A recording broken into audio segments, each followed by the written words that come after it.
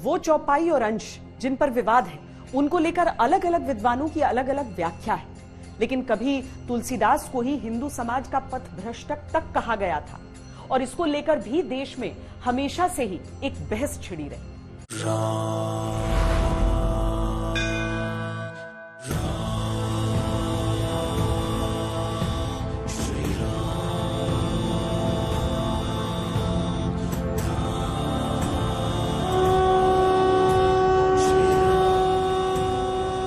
मुगल काल में श्री रामचरितमानस ने हिंदू सनातन सभ्यता के मानने वालों को एक सूत्र में बांधा और सत्य के नायक के तौर पर श्री रामचंद्र को जन जन के मन में स्थापित किया।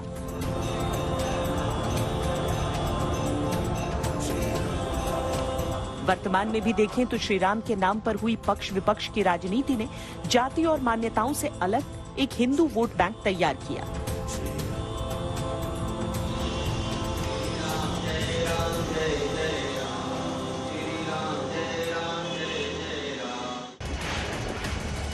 उत्तर प्रदेश में निकाय चुनाव होने हैं।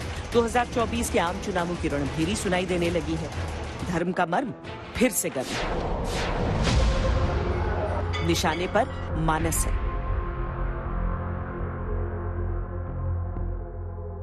ये वे लोग हैं जिनका अपना कोई डेवलपमेंट का एजेंडा है ही नहीं।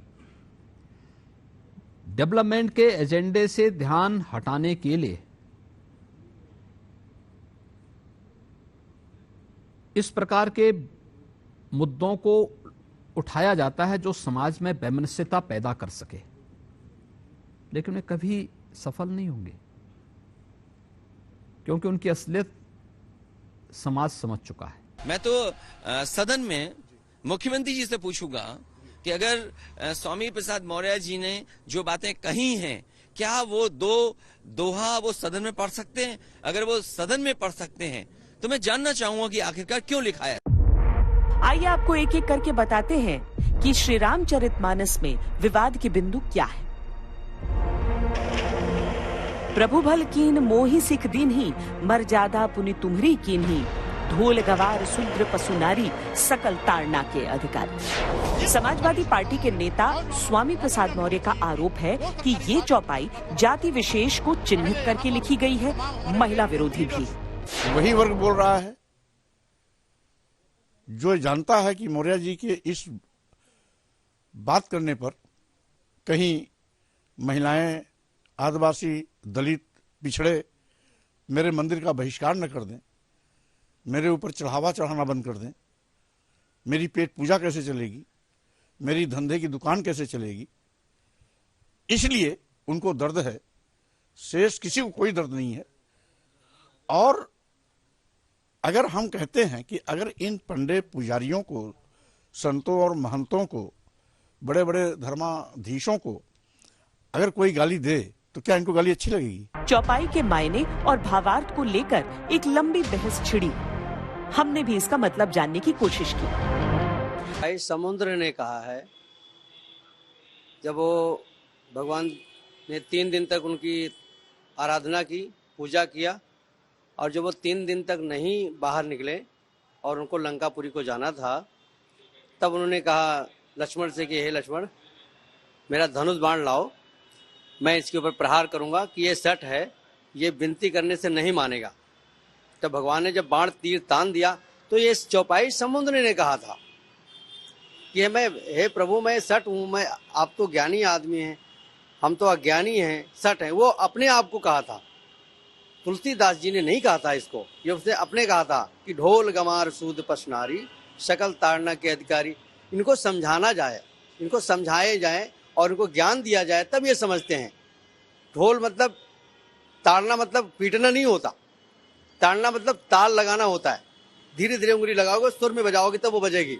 अब विवाद का अगला विषय आपको दिखाते हैं।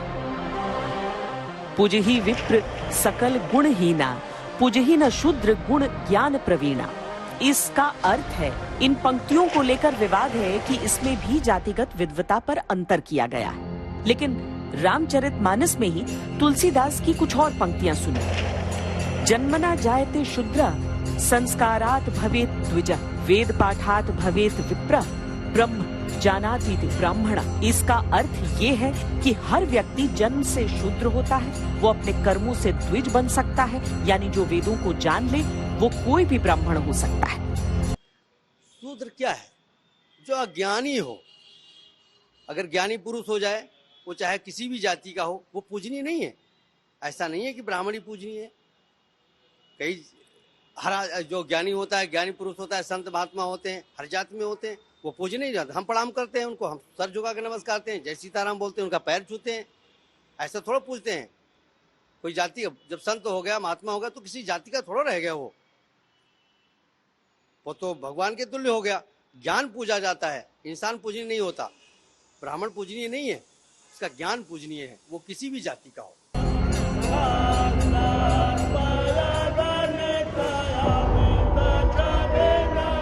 उत्तर प्रदेश में समाजवादी पार्टी के नेता की आपत्ति से ठीक पहले बिहार के शिक्षा मंत्री चंद्रशेखर सिंह ने श्री रामचरितमानस और उसकी कई चौपाइयों को लेकर आपत्तिजनक बयान दिया और विवाद खड़ा किया। मैं आपसे कहना चाहता हूँ, उसी उत्तरकांड में लिखा हुआ, जय बरनाधम तेली कुम्हारा सपच की रात कोल कलवारा। जय बरनाधम, बरन में अधम कौन कौन लोग है?